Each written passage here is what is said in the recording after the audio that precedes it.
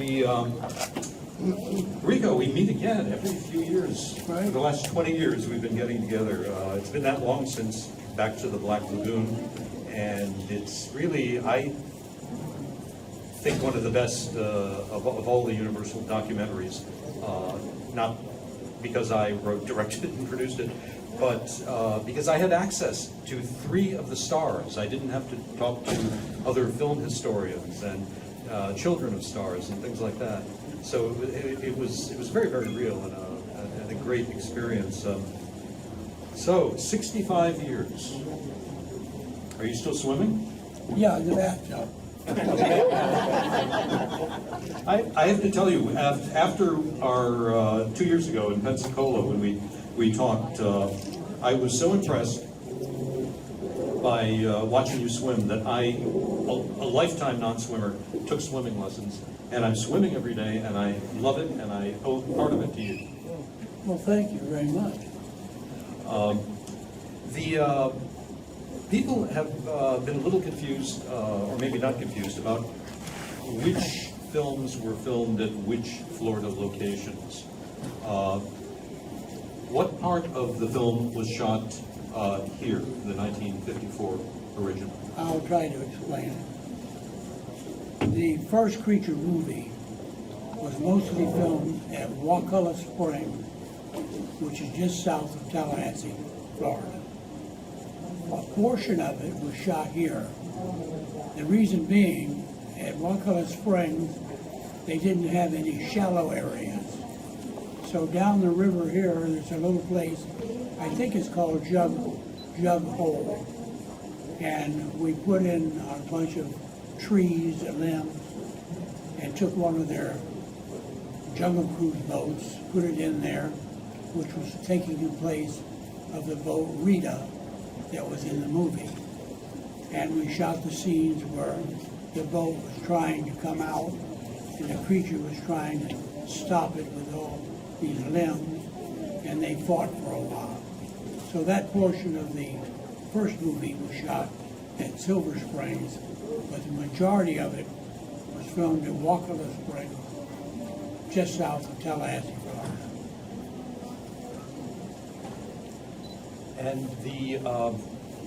And you continued. You did the next 2 sequels as well. And how were they spaced out physically? Where did they shoot those? Okay. The second Creature movie was filmed in St. Augustine, Florida, at Marineland Studios. And none of it was shot in the springs. They used a few swimming shots, but I think it was stock footage. And they had us in a tank at Marineland. The funny story is, as you may or may not know, studios are very, very phony. They don't think of anybody except themselves. As an example, on my part, is I got a call from the director, Jack Arnold. He said, "Ricou, we're doing a second feature movie." He said, "We need your help." I said, "Okay, you want me to come to California and have the suit built?" And he said, "No." He said, "We're filming. We're in St. Augustine, Florida, at Marineland Studios, and we're making the second movie. But we hired a guy, and he can't swim." He said, "So we need you." And I said, "Well, what are we going to do about a suit?" They said, "Well, when you get down here, we'll cut his suit to pieces and pin it on you." I said, "Well, if they can do it, fine." So I went to Marineland Studios, and they spent a week cutting the suit from the other guy down to fit me. And it fit me fairly good. So they cut 3 suits. And then we shot the rest of the picture in the tank at Marineland Studios. A funny story that happened there. When I was going in the water, they had a big anchor underwater. And when I would go down and sit on the anchor and breathe through my air hose waiting for the rest of the crew to come in to do the film. And while I was sitting there, I felt a tug on my foot. And I couldn't figure out what it was. I got another tug. And vision was the worst thing for the suit. The eye fit about an inch from my eye, and it was like looking through a keyhole. We tried to use goggles, but when they filled with water, you couldn't get rid of the water. And we tried a face mask, but it protruded out too far. So I went with a naked eye, looking through a keyhole, sitting that far from your eye. So vision was really, really bad. So while I was sitting on this anchor, I looked down and I could see that it was a big old turtle. And what it was a loggerhead turtle. And he kept pulling my foot. And what he did is he bit the heel off of the suit and swam away. Well, I only had one pair of feet left. So the prop men and the makeup artist had to chase the turtle down, take the thing out of his mouth, come up, get me up, take the foot off, dry it, and glue the heel back on so I could work in the picture.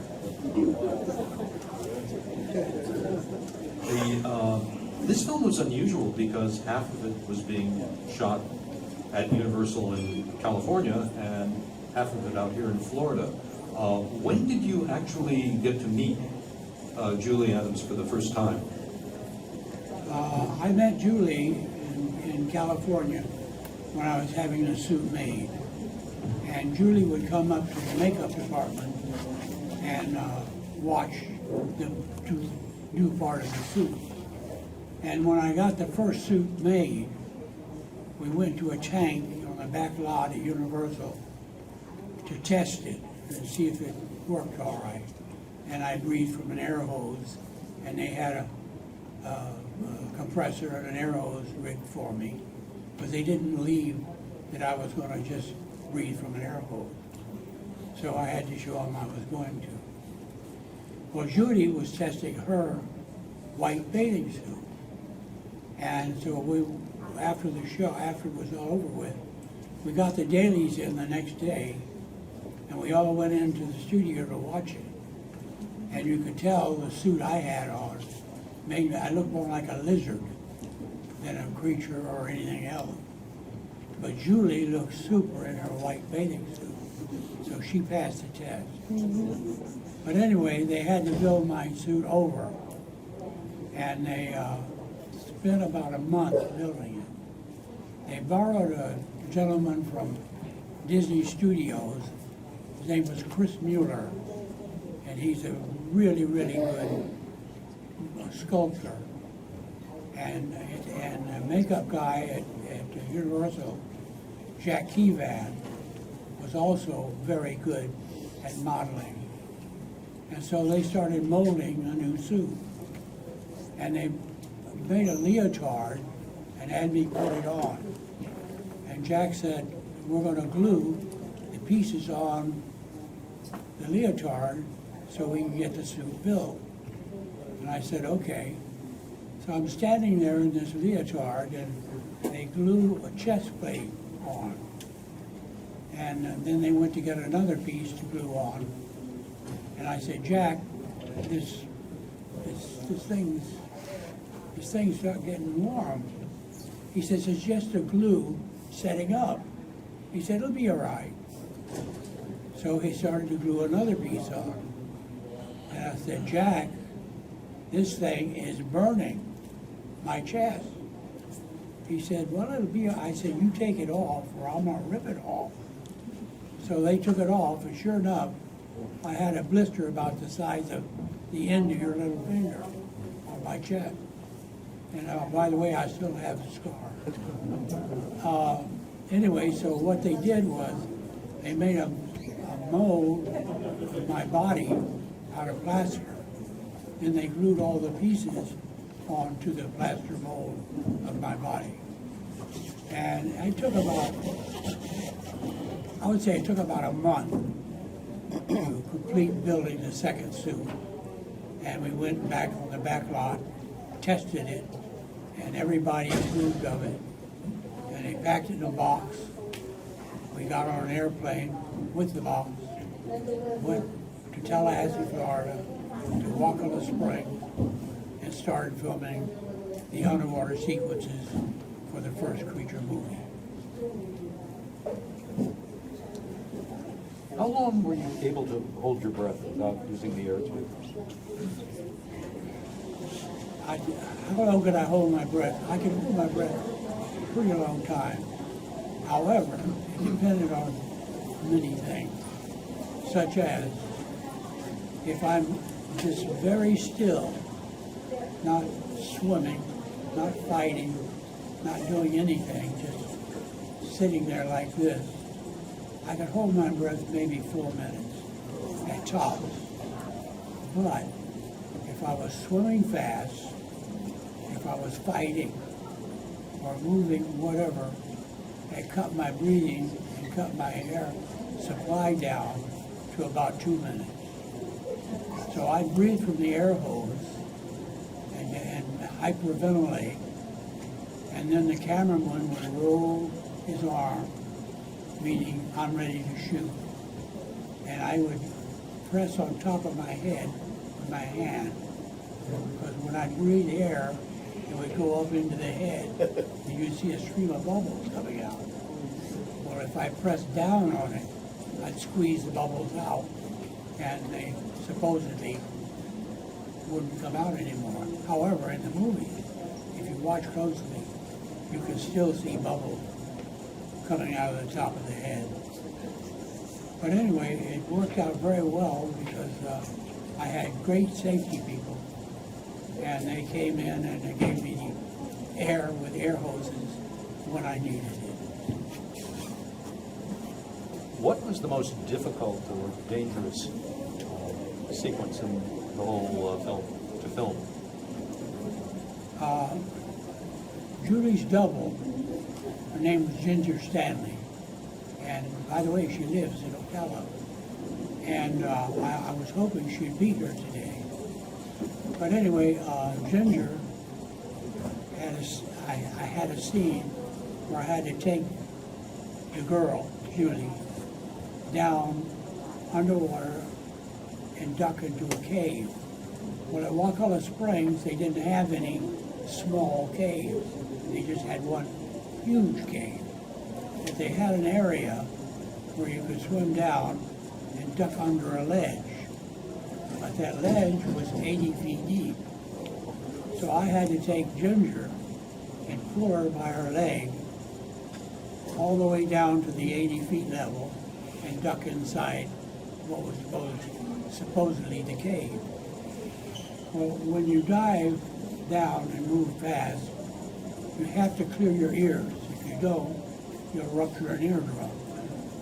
Well, I can clear my ears easily, and I always have been able to. But Ginger has always had trouble clearing her ears. So what worried me is I'm grabbing her by the leg, pulling her down, and I have no way of knowing whether she could clear her ears or not. And so I swam down with her all the way, ducked under the ledge, and it worked out fine.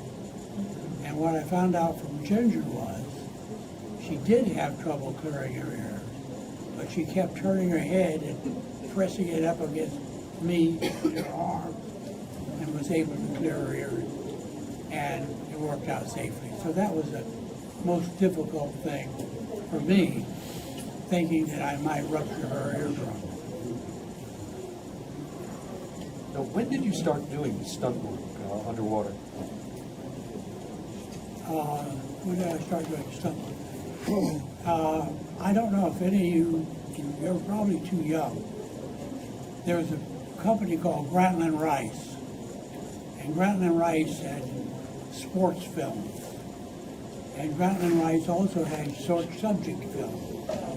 And what they would do, they would film crazy things as short subjects, so that when people went to the theater, they would see the movie, and at the end of every movie, they would show a short subject as entertainment. And so they had to shoot a lot of stuff. So they shot one thing they shot was, we had a Model T Ford, and we had, I guess it was about 6 or 8, 9, 10 kids in the Model T. And we drive it right down to the water's edge. And then they put a cable on it. And then underwater, they would pull it underwater. And you'd see this Model T Ford being pulled, you can't see it, it looks like it's driving underwater along the bottom.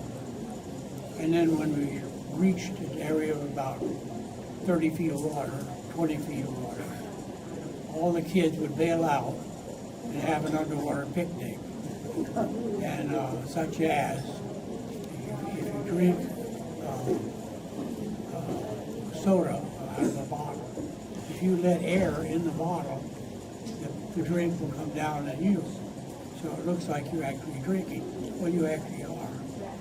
And if you want to look like you're smoking, we had a piece of chalk, and you would inhale, but you would blow out milk, which looked like smoke.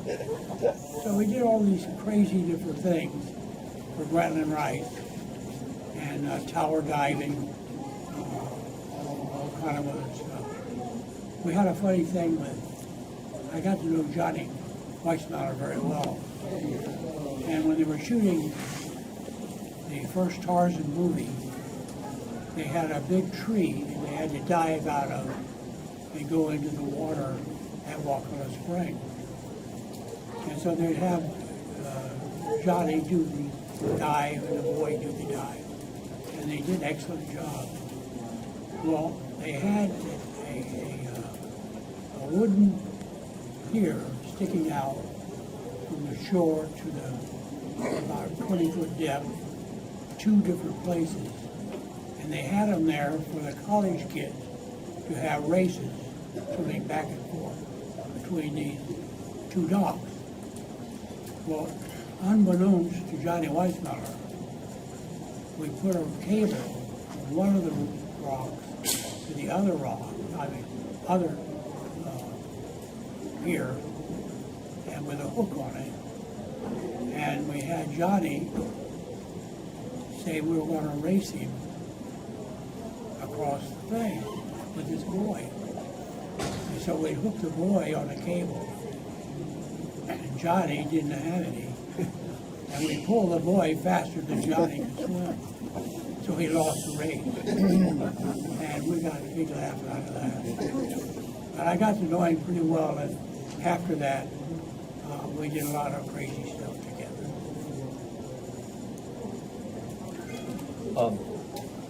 Did you know Buster Crabbe? He also was a swimmer, and he stayed with it after Hollywood. No, Buster Crabbe, I think, played the first part. Yes. Yeah, and no, he was beyond my time. And you were after the Creature films. You were involved in almost everything, it seems, that had to do with being underwater in Hollywood. Could you tell us a little bit about your career after the Creature films? Yeah. After the Creature film, by the way, when the Creature film came out, it came out in 3D. And the problem with 3D is they didn't have it totally perfected. And so people would go to the movie theater and they'd try to see it in 3D, it would hurt their eyes. So after the first week, they quit showing it in 3D and showed it what you call single script. And it worked out very well. And I had to pay to get to the movie. And I saw the movie in single script. And I thought we did a fairly good job. But I didn't hear anything about the Creature or anything for about 20 years. And at the end of 20 years, I got a couple of letters, people wanting pictures. Well, I didn't have any pictures. So anyway, somebody sent me a picture, and it's one sitting right here. And I had it duplicated, and I would send it to them and charge them $3 or $4. So I made quite a bit of money, and it was a lot of fun. But over a period of whatever years it's been since then, I've accumulated about 300 or 400 pictures. So I have all kinds of pictures.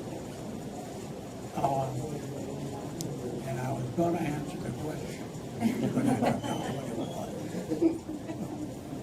Well, no, I think there's still some more creature questions we can go to. I know that a lot of people were awfully confused at fan conventions as to who was which creature in which photo. Did that create any difficult moments for you, or was it an irritation? No, I sign anything. Anyway,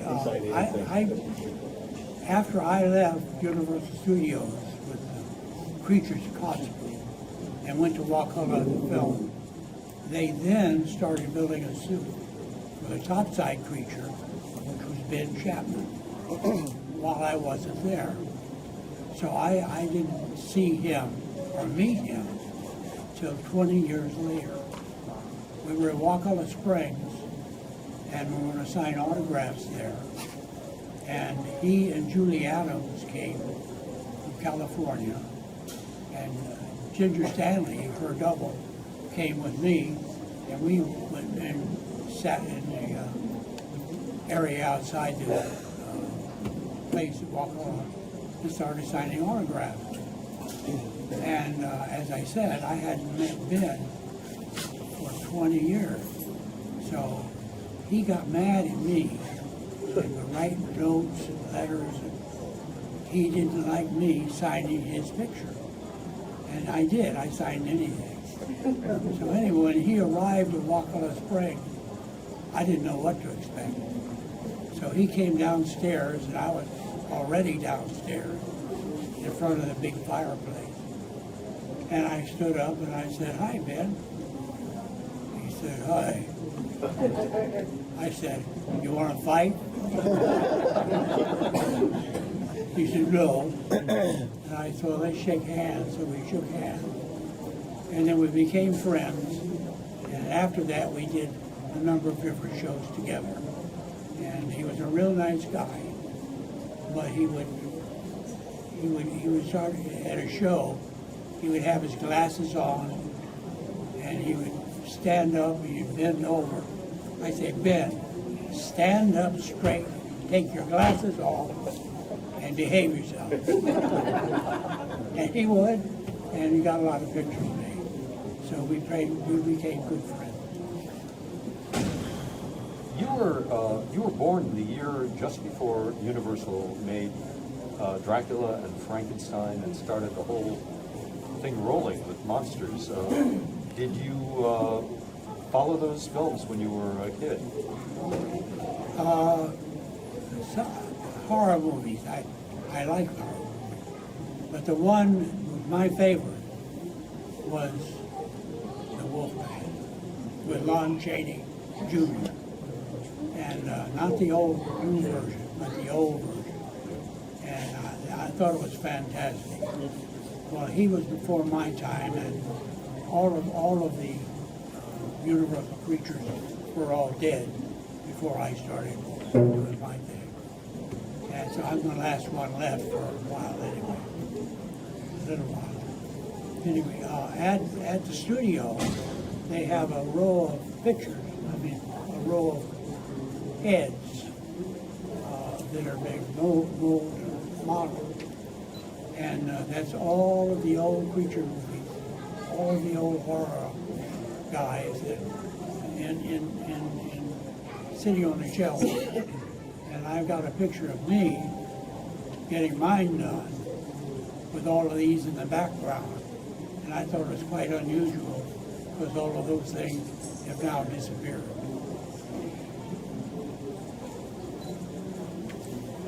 Do you still like horror movies? Do you see any modern ones? Well, yes. The Shape of Water is an example. Oh, yeah.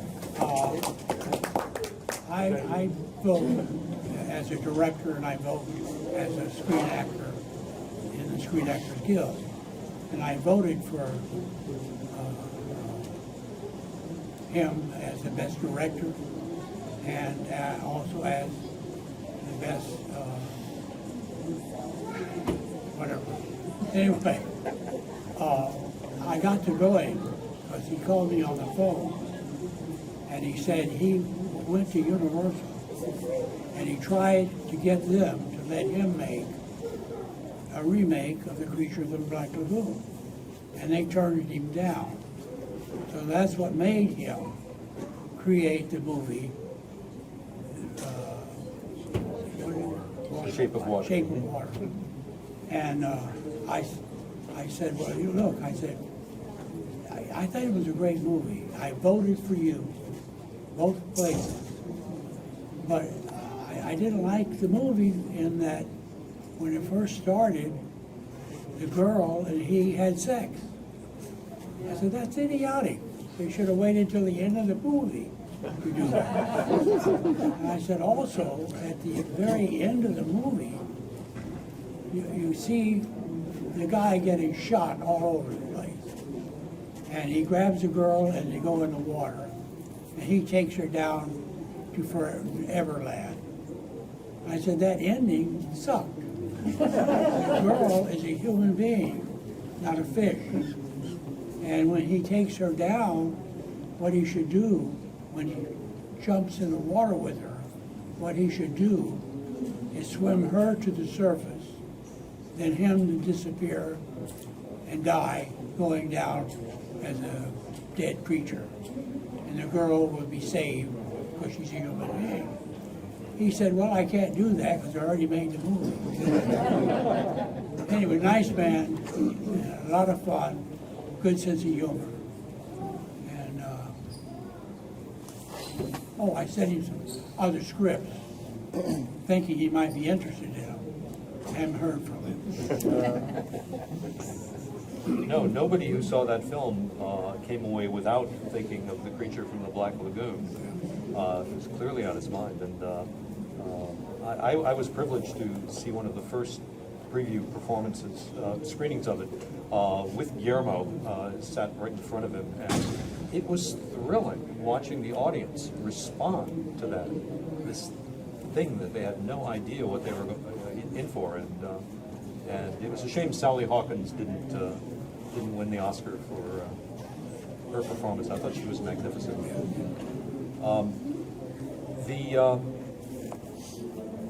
But after the Monsters, you started doing a lot of different television and film work with underwater themes. Could you tell us a bit about those?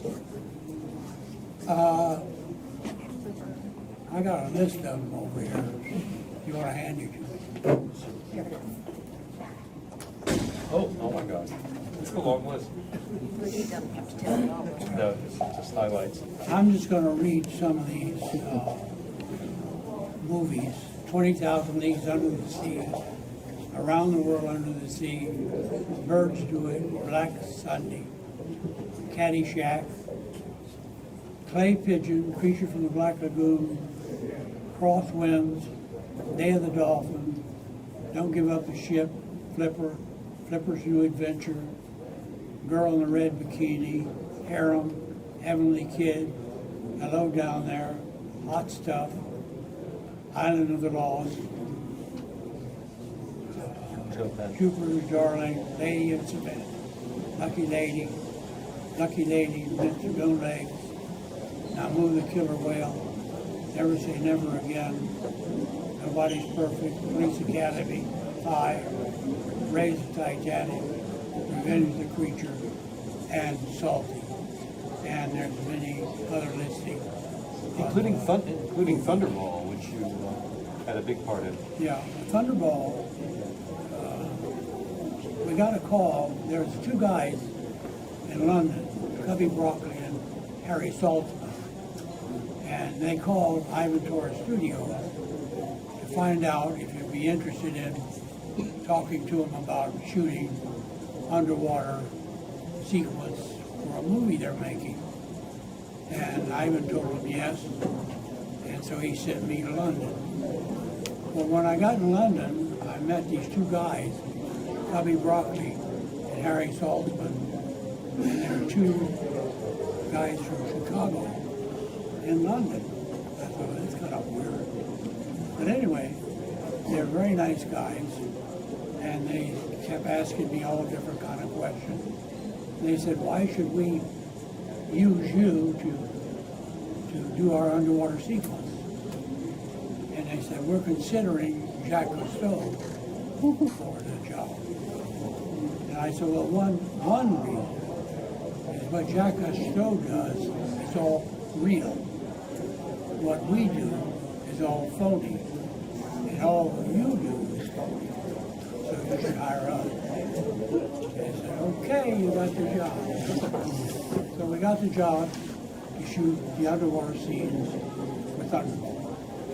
And I spent, I think, at least 2 months filming the underwater sequences. We did all the sequences in Nassau in the Bahamas. And had a lot of fun doing it. And I had 30 divers as good guys and 30 divers as bad guys. And we had to train them to swim kind of like in a formation. And the first time we tried to have the first 30 divers swim the surface, swim down, they were all overloaded with lead. And so we were down underwater looking up at them, and they all started dumping lead. So the cameraman and I were down there hiding so this lead wouldn't hit us in the head. But anyway, after rehearsing and testing and rehearsing, we finally got both crews swimming correctly and doing correctly. A gentleman from Ocala, actually from Lake Weir, Jordan Klein, lives here. Jordan met all of the underwater people that we used in Thunderball and did a great job. And he was present shooting still photography as well as making sure that all of his vehicles would work properly. And we spent a great deal of time shooting the sequences. We enjoyed it. Thank you. We can't hear. Yeah, we're just barely. I don't even think it's working. Is it working now? Okay, here we go. Okay, Now, you've done an awful lot of television work too, and and you've created television. You had an awful lot to do with Flipper, both as a movie and a TV series. How did you create that series, or come to create it? I was doing something, I don't know what I was doing. But I came home and the children were sitting down watching television, and they were watching Lassie. Well, I remembered when I sat down with them, I remembered that when I was at Marineland Studios in St. Augustine, as a teenager, they took us there on a thing to be safety people for some girls who were going to model clothes underwater. So while I was there, I saw the dolphins and saw how well they were trained and jumped through hoops and whatever. Well, I remembered that. And I thought, wouldn't it be a great idea to do a movie about a boy and a dolphin? And so I wasn't a very good writer, but I was a pretty good thinker. And I got my brother-in-law, who was a good writer. And we went to Lake Weir, spent a week in a cottage, and we wrote a little story, a book called Flipper. And I came home, and with my last couple of $100, I went to New York, and I peddled this little book to different book companies, trying to get them to publish it. And I couldn't get anybody interested but one company, it was Doubleday. And so I was thrilled. I came back home and I waited and I never heard from him. So I got a bright idea that I would call Ivan Torres, who I worked with on Zeon, and ask him if he would help me. I called him and I said, Ivan, will you do me a favor? I wrote a book about a boy and a dolphin, and I gave it to Doubleday and they're interested in it. Could I say that you, as a movie producer, are considering it as a movie? He said, yeah, okay, but send me a copy. So anyway, I sent him a copy, but I called Doubleday and I said, I've got a producer in Hollywood who wants to consider this, making it a movie, hoping that would get them to make the book. I never heard from him. But in about a week, I heard from Ivan. Ivan said, well, we got your book. And he said, I didn't read it, my wife read it. She liked it so much, she made me read it. So I read it, and I like it so much, let's make a movie. So he got the money from MGM, and we made the first Flipper movie.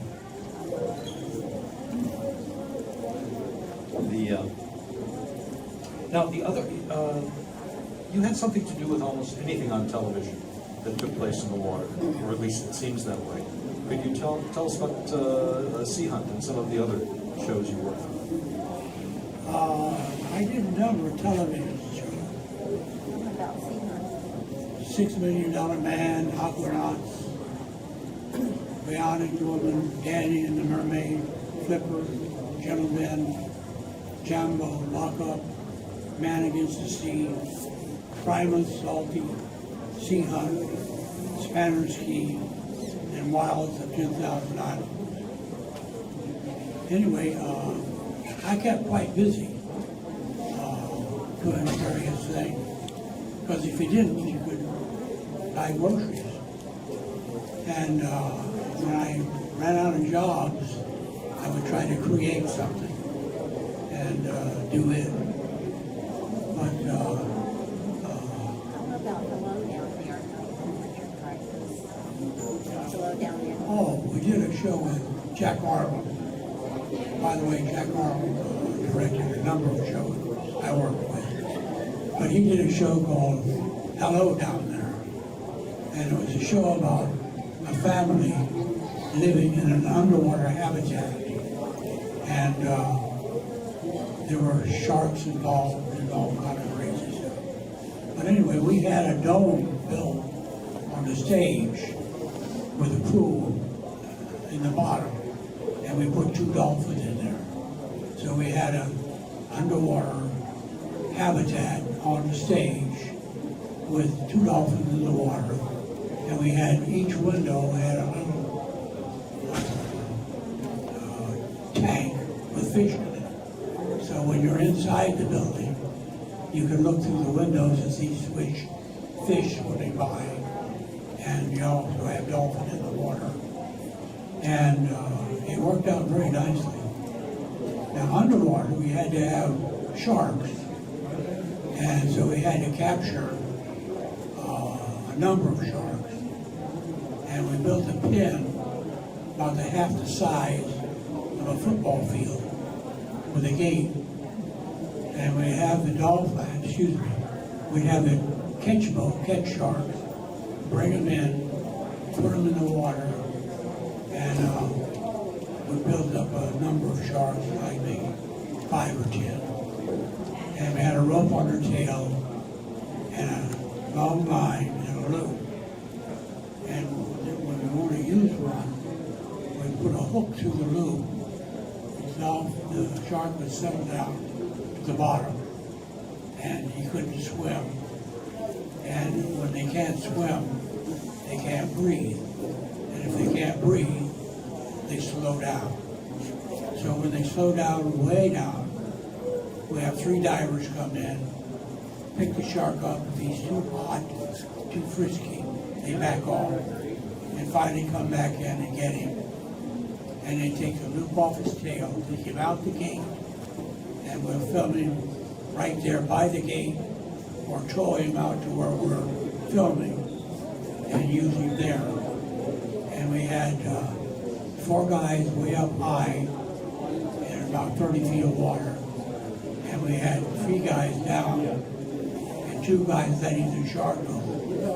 And once we used him in a scene, they would all come down to try to re-catch him so we could use him in another scene.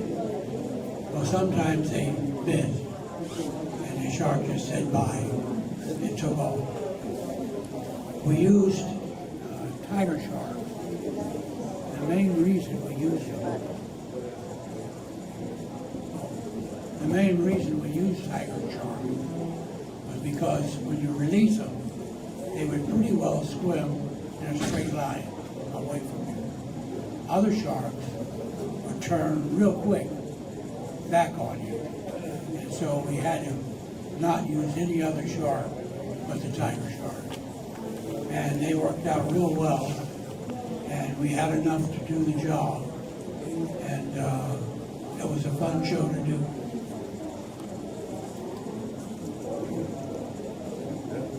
We're getting down to the wire here, so I'd like to open it up to questions, and I'm sure. Followed in your footsteps and gone on to the same kind of work. The answer is yes. My daughter was a trainer of salted the sea lion that we made a feature movie about. And my son, my oldest son, has probably done more footage for television than I can even think of doing. He shoots all the commercials, he shoots underwater, he does everything. And his 2 sons are following him in his footsteps. However, they're lazy. He gets a job and puts them to work. Well, he's now got a bad knee and hardly walk. And he can't get his sons to get off their butt and get jobs. So we're having a hard time there. Yes. Would you talk a little bit about diving with 20,000 Leagues Under the Sea and using the Nemo helmets? Yeah, the 20,000 Leagues Under the Sea.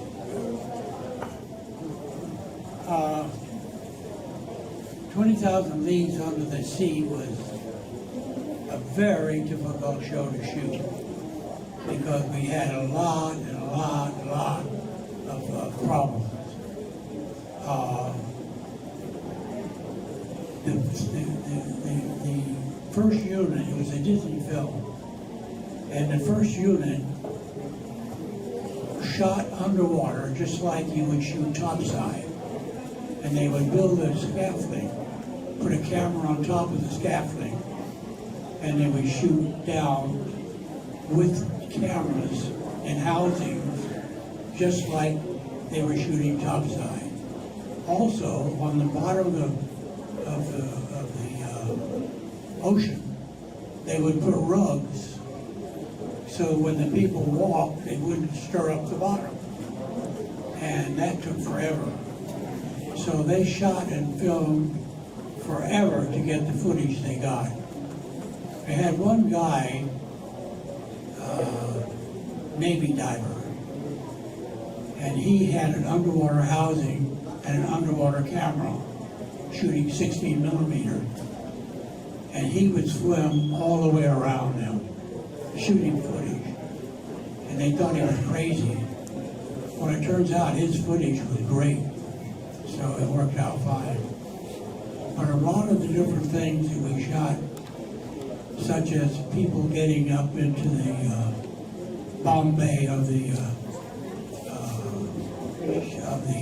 submarine and having to bail out. The head diver was in a hard hat, and he could hardly walk because he had all these hoses and everything. And if one of our divers fell, there's not much he could do about it.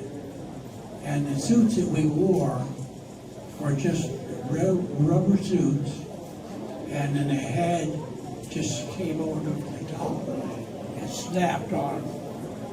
So you're getting air and you're breathing into the hat, and the bubbles would come out down around your chest. So it was very easy to use the suit. But if you fell down, the hat would have to come off, and you would have to get out of the water. But you could get out of the water quicker than that diver trying to get to you to get you out of the water. So it was a very complicated show to shoot in that sense.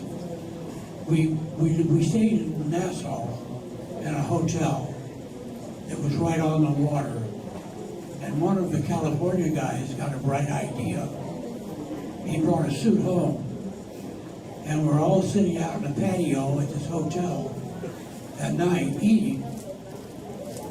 And the director and everybody was sitting there. And out comes the water, the diver out of the water, right up onto the patio where we are. He said, "Hey, you guys forgot to get me today." Got a big laugh. But it was funny. Anyone else? Hollywood and movies and television for over half a century. What are the most important, the biggest changes and differences between the business now and when you started? I think it's CGI. They overuse it. And you go to a movie and you see 18,000 cars crashing into 18,000 cars, 20,000 people dying, and it's just unbelievable. And I think they just overuse it. If it was used sparingly, I think it would be great. But they don't ever use it sparingly. Well, I would agree with you with that. We have one more question. I don't have a question, I just want to say thank you. Because of your work, it inspired me to love of nature and to learn to scuba dive and enjoy the sport, and and photography, and just thank you. You're welcome. And I just want to thank you, Ricou, for being here and this wonderful 65th anniversary of the movie, which we're going to reset up the room and move the chairs back, and we're going to have a very, very special screening. And thank you so much. Thank you. Ricou Browning.